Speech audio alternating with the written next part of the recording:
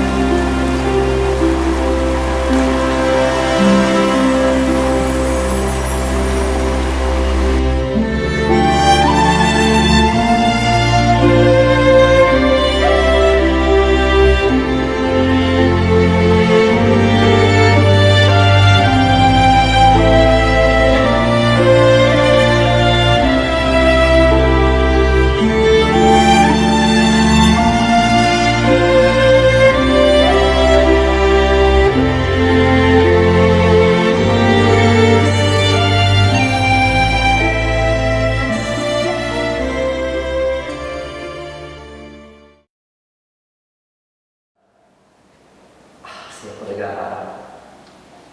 Jeg befinner meg på Villagssenteret i Lærdal. Vi har tatt en pause fra fiskinga og kan komme og nyte syn av det her. Det er helt råd. Kom her, Anne. Skal dere se litt.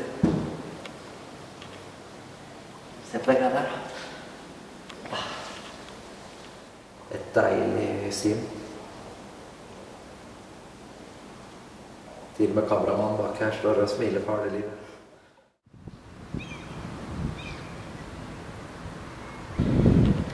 Er det noe, Sivert? Nei. Ikke noe? Bare den ene laksen? Jeg hoppet den der ute. Hoppet den utpå der? Ja, helt ute i oset. Er det to da? Ja. Jeg pleier å komme flak inn. Det er kult å stå på brua når de kommer her. Men veldig lite nå.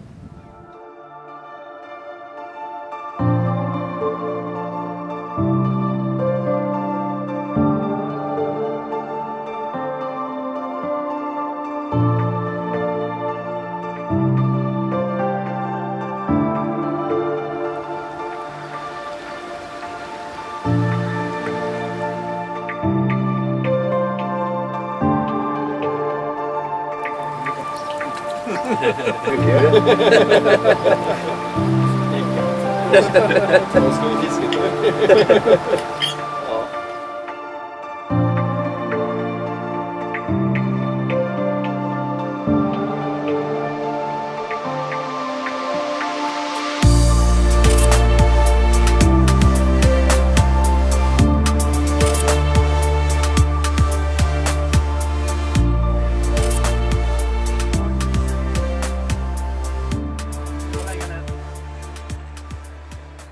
Har du en kjapp kommentar nå, Bjørn? Ja, jeg vet ikke hva, nå sliter vi. Ja, det er helt sinnssykt deilig. Fy faen.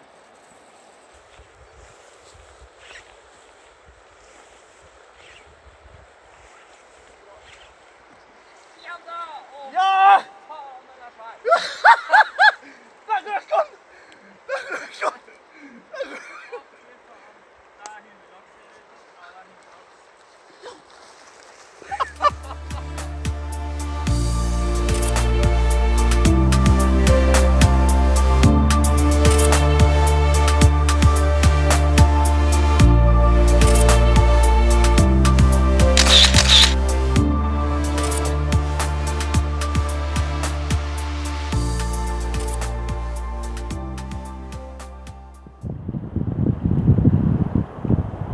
Ja, dere.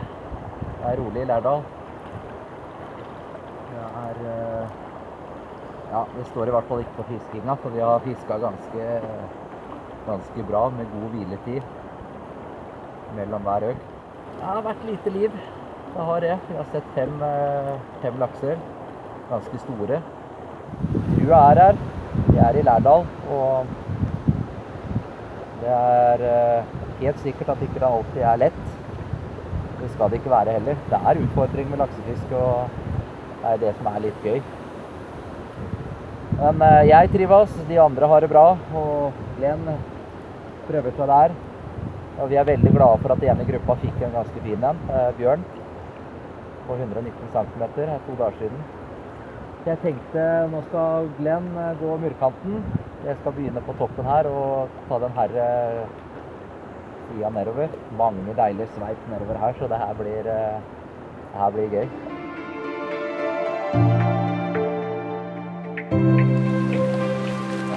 Så koselig ut her nå. Ja, det var derfor vi kom over. Det det her som fisketur, vet du.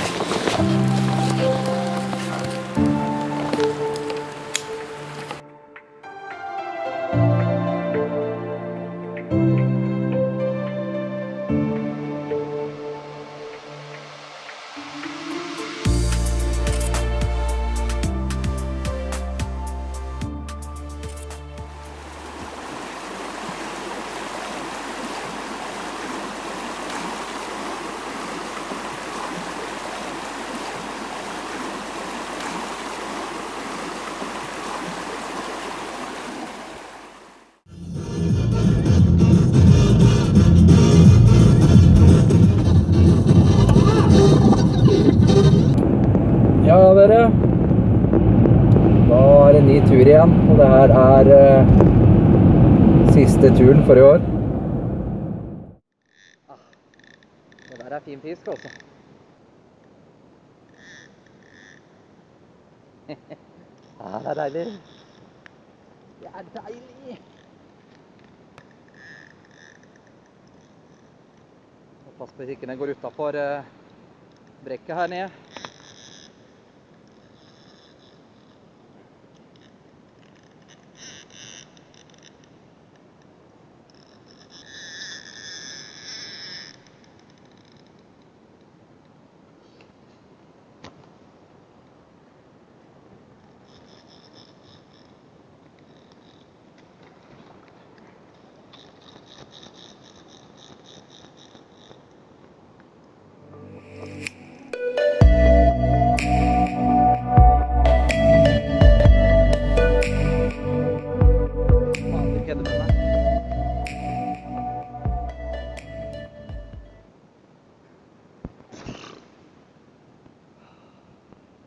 Helvete, det ligger så mye dritt på bånd oppi her også. Plastikk og drit. Fader, det var fin fisk.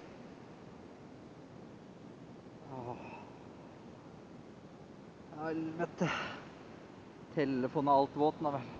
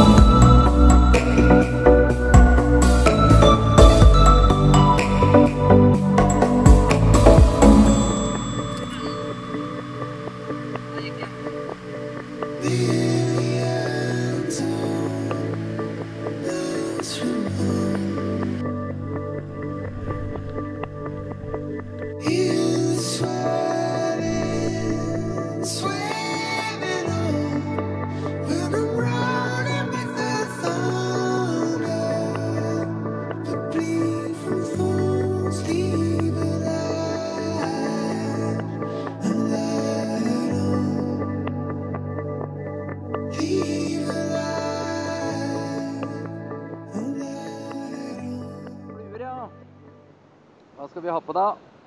Dette jo en flue jeg bruker mye her. Det samme gjelder den. Det her er jo flue jeg også bruker mye bort i Nærøydalen. Men jeg har jo mine egne tanker jeg, som alle andre har, og stoler veldig mye på det jeg tenker, og liker å bruke de samme fluene om og om igjen ut fra de ulike forholdene.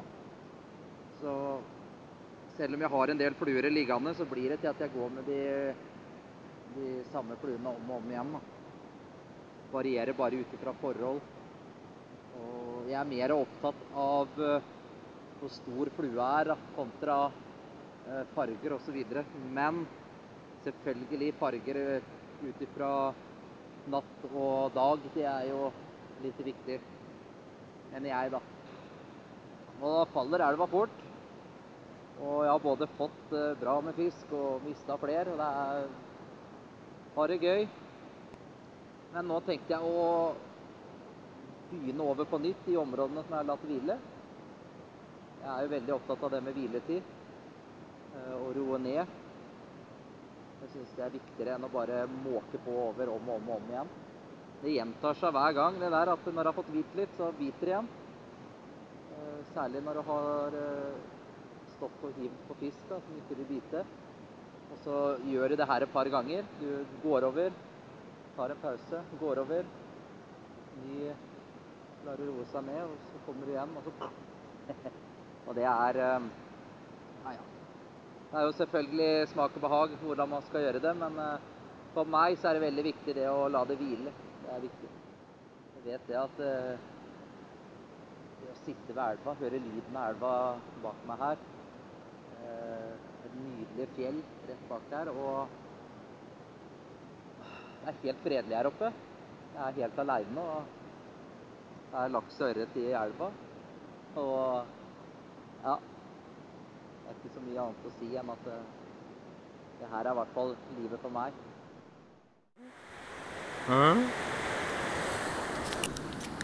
Ja, den gikk ikke i pæra. Var heldig den gangen her. Det er bare tull da. Men, skal ikke klage, jeg huka ikke pæra. Så.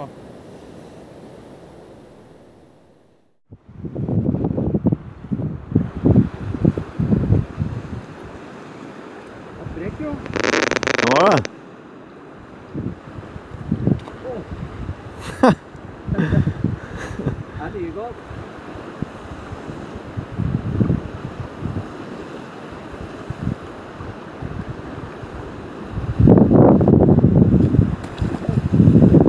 Det var kult å få på fyr, for å få rett vei.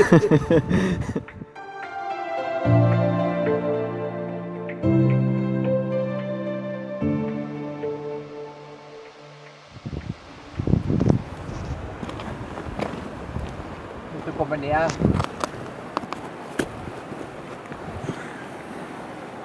Se på alle lusa da.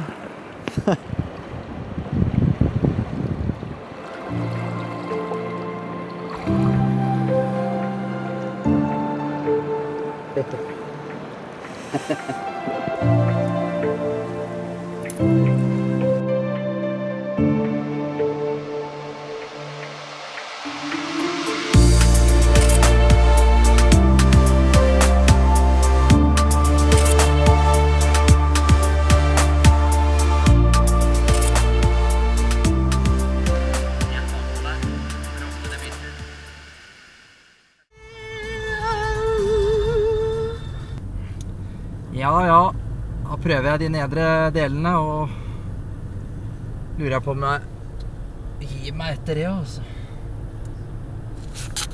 Begynner å bli ganske trøtt nå, etter en lang dag.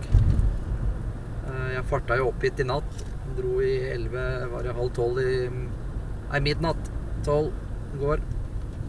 Så er det 5 timer i bil, så da røyker jo hele natta der. Vi ser...